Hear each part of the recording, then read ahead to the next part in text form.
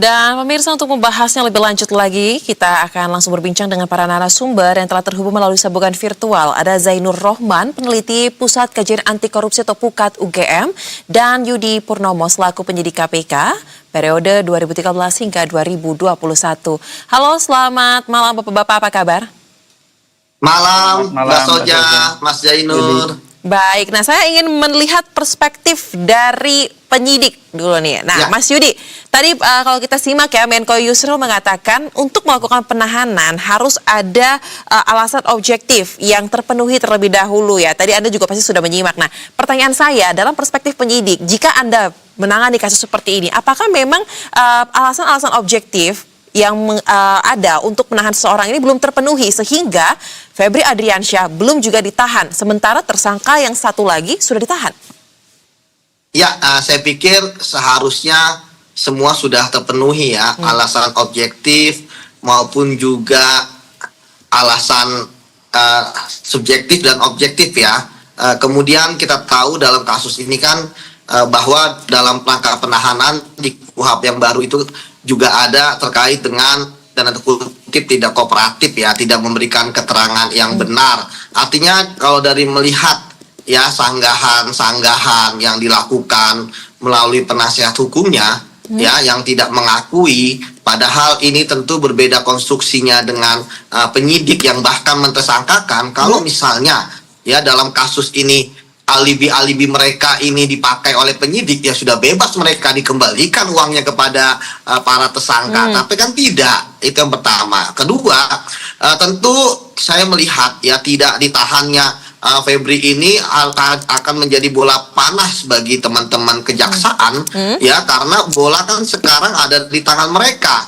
Ya, bayangkan misalnya apa yang membedakan dari tersangka yang satu ya, DR gitu ya, dengan tersangka yang FA ya, Febri gitu ya, kan nggak ada bedanya ya, dua-duanya tersangka, kok satu sudah ditahan seperti itu. Kemudian yang sampai saat ini kan kita belum melihat keberadaannya Febri ya di masyarakat semenjak tadi dia kompers yang membantah semua yang tuduhan-tuduhan yang ada di masyarakat, termasuk temuan uang dan lain sebagainya. Jadi bagi saya tidak ditahannya ini akan menjadi tanda tanya, karena seharusnya ketika menahan yang satu maka harusnya ditahan. Dan itu yang pertama. Kemudian yang kedua kan kita juga bisa melihat bagaimana sebenarnya sebelumnya kan kejaksaan ketika menangani kasus korupsi kan juga langsung melakukan penangkapan ya, tetapin tersangka, kemudian juga langsung ditahan, diborgol, malah dibawa ke ruang tahanan ya. Artinya tersangka kasus korupsi yang lain saja mereka bisa gitu. Kenapa untuk kemudian saudara Febri ini nggak bisa? Jangankan di kasus yang lain ya, kasus yang sama ya kan, yang satu ditahan, yang satu tidak. Jadi bagi saya ya tentu adanya diskriminasi ini ya, lagi ditambah adanya perlakuan khusus seperti kemarin penasihat hukumnya bisa melakukan konferensi pers ya kan, disediakan meja, bangku ya kan, dan kemudian depannya itu banyak mic ya, kemudian hal-hal lain yang istimewa ini dan di depan gedung Jampitsus gitu kan. Bagi saya ini kepercayaan publik. Begitu Mbak Soja. Baik, jadi kalau dari perspektif penyidik saja seharusnya semua alasan yang harus dipenuhi sudah terpenuhi justru ya. Tetapi ya lagi-lagi kita melihat ada kejanggalan dalam persoalan ini. Nah, kalau dari perspektif akademisi seperti apa nih Mas Zainur? Apakah dengan keputusan tidak menahan Febri Adriansyah sementara Don Rito ditahan, ini semakin memperjelas bahwa seperti ada treatment khusus dalam tanda kutip yang selama ini dicurigai jika kasus ini berpindah nih persoalannya ditangani oleh kejaksaan. Bagaimana? Iya Mbak Zoza, saya pikir yang disampaikan Mas Yudi sama ya dengan pendapat kami. Perkara FA ini semakin tidak jelas juntrungannya. Kecurigaan publik bahwa akan ada perlakuan yang berbeda sudah benar-benar terbukti. Mulai dari tidak dilakukan penahanan terhadap FA. Ya kalau kita lihat di KUHP yang tadi disebut oleh Mas Yudi, itu ada beberapa alasan yang sebenarnya sudah mengharuskan FA ini untuk ditahan ya.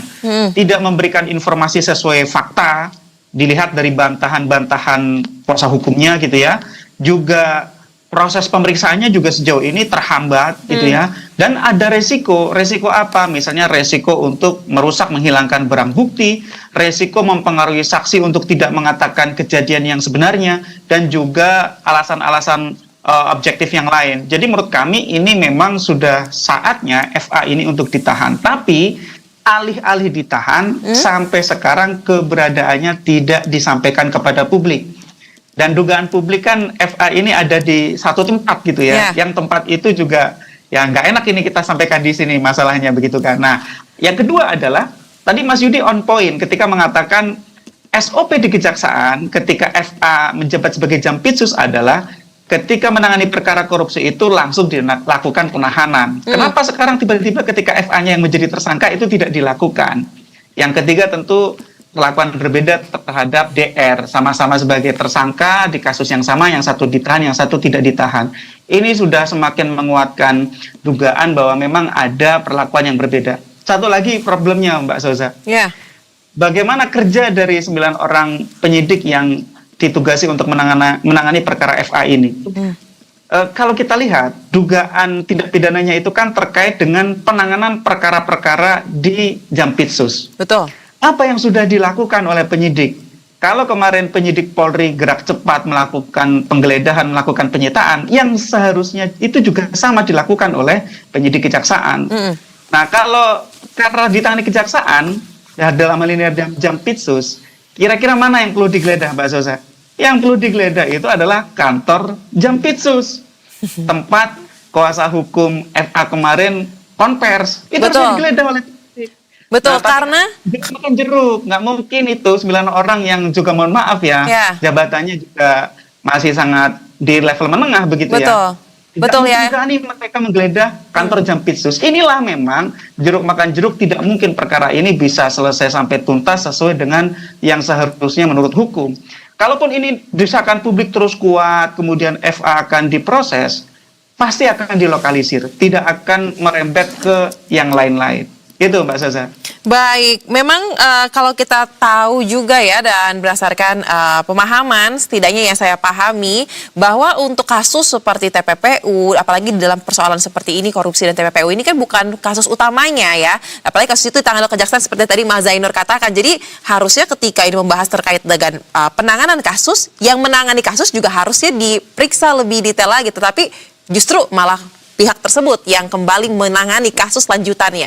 Menarik. Nah, kalau begitu Mas Yudi, saya ingin membahas terkait dengan soal keberadaan dari Febri Adriansyah. Disebut tidak keluar negeri, ada di satu tempat. Tadi kalau mengutip apa yang disampaikan Mas Zainur, sepertinya kurang tepat jika disampaikan di sini. Nah, tapi saya ingin tahu adalah biasanya, lazimnya nih Mas Yudi, dalam suatu penyidikan kasus tersangkanya tidak ditahan. Nah, apa saja indikator atau barometer yang bisa digunakan atau yang menjadi acuan sampai dengan kapan tersangka ini boleh untuk tidak ditahan? Dan apakah ada pemberitahuan secara berkala, lapor secara berkala juga mengupdate bagaimana tersangka ini kondisinya dan posisinya? Ya Mbak, ini adalah kasus yang prominent people ya. Adalah kasus yang melibatkan, saat ini kan pejabat eselon 1 ya, di kejaksaan, istilahnya orang yang dulu seharusnya menangkapi para koruptor, malah sekarang menjadi tersangka kasus korupsi. Ya, tentu hal ini akan menjadi perhatian masyarakat.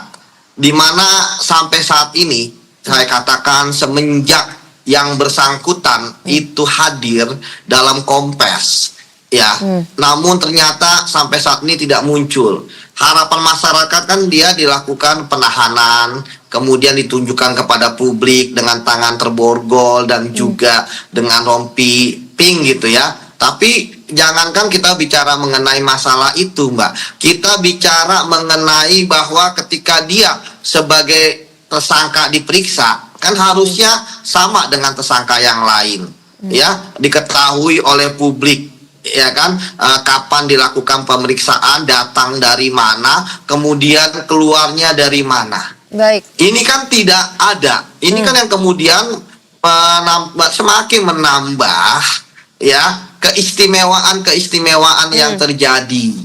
Ya, bagi saya tim 9 ini kan seharusnya bergerak ya untuk meyakinkan publik dengan tindakan nyata. Baik. Dengan kemudian adanya kontroversi-kontroversi seperti ini, tentu publik tidak akan percaya. Padahal saya tak kenal ya sebagian besar di antara tim 9 ini gitu. Namun kemudian ketika gimmick-gimmick yang istilahnya istimewa ini malah lebih banyak muncul dibandingkan dengan kinerja, saya pikir ini akan sangat berbahaya. Apalagi ketika dikatakan kapan ditahan dan sebagainya, saya pikir penyidik itu udah paham lah. Ketika ada tersangka, secepat mungkin dilakukan penahanan supaya tidak melarikan diri, tidak menghilangkan barang bukti, karena atau istilahnya melakukan perbuatan tindakan lain gitu. Jadi bagi saya masalah normatif yang ada di aturan tentang kapan menahan dan sebagainya, seharusnya penyidik sudah paham. Inilah saatnya untuk dilakukan penahanan. Begitu, Mbak. Baik. Nah, yang menarik juga kalau kita simak setelah ditahan, ada pernyataan yang disampaikan oleh kuasa hukum Febri Adriansyah, dan kami disclaimer juga bahwa kami sudah mencoba untuk mengundang untuk dialog pada malam hari ini. Sayang sekali belum ada yang memberikan waktu, tetapi yang menarik adalah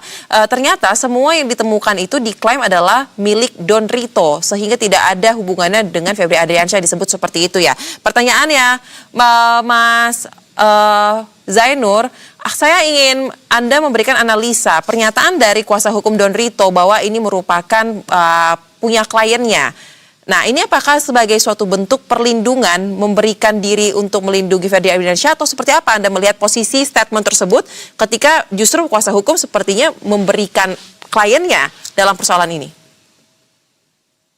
Ya, itu adalah upaya untuk lepas dari jerat hukum. Kalau itu diakui sebagai milik DR, berarti kan tidak ada tindak pidana. Kalau tidak ada tindak pidana pada FA, berarti tidak ada tindak pidana pada DR. Ya, tetapi alat bukti menurut KUHAP itu ada 8, tidak hanya 1. Keterangan terdakwa, keterangan tersangka itu hanya 1 di antara alat bukti yang lain.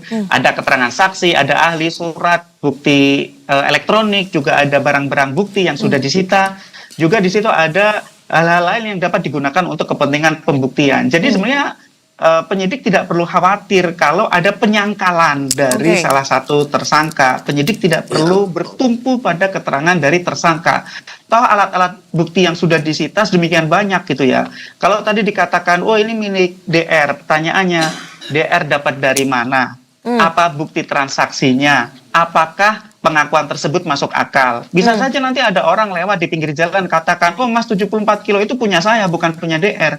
Orang ngaku-ngaku boleh saja begitu ya. Nah, tetapi kalau kita lihat di dalam KUHAP, justru ya ini semacam ada pengaturan di antara DR dengan FA. Mereka saling melindungi, mereka kemudian membuat pengakuan-pengakuan agar menjurus pada itu bukan tindak pidana. Itulah alasan menurut KUHAP bahwa ketika tersangka mempengaruhi saksi atau saksi mahkota ya, pelaku yang lain, itu harusnya dilakukan penahanan agar mereka tidak bisa kasak-kusuk mengatur agar kemudian membuat drama seolah-olah ini adalah harta milik DR. DR emang dapat dari mana? Apakah ada di SPT-nya misalnya? Apakah ada bukti belinya misalnya? Itulah sekali lagi, ini penyidik kalau masih juga tidak melakukan penahanan, ya publik tidak akan percaya kepada institusi kejaksaan akan menangani perkara ini dengan benar gitu ya. Baik. Dan memang dari awal juga publik tidak percaya kok.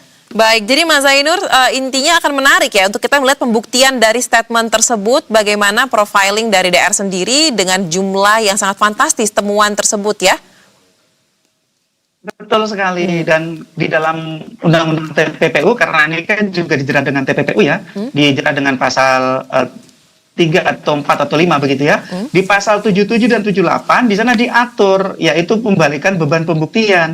Ya kalau DR itu mengaku itu punya dia harus buktikan gitu ya. Oke, anggap aja itu punya dia begitu ya. Dari mana pertanyaannya ya? Apakah itu dapat lotre, apakah turun dari langit atau bisnis gitu ya? Dan kan kita juga tahu kemudian ada skenario, ini ada uang yang di kafe titipan dari pengusaha untuk bangun sesuatu. Itu udah terungkap semua di sebuah tayangan media lain gitu ya. Itu setup itu sudah diketahui publik secara luas gitu ya. Skenario itu akan ditertawakan oleh publik karena sebelum pengacaranya ngaku, media itu sudah keluarkan duluan reportase tentang itu. Jadi sekali lagi sandiwara-sandiwara ini akan ditertawakan oleh sejarah, ditertawakan oleh rakyat, kalau mereka terus-menerus membuat setup agar seakan-akan ini semua bukan merupakan tindak pidana. Tugas dari kejaksaan sekarang buktikan kalau mereka itu bisa berlaku profesional, independen, adil, termasuk ketika yang melakukan tindak pidana meskipun masih disangka adalah bagian dari diri mereka sendiri. Polri dari dulu udah banyak tuh,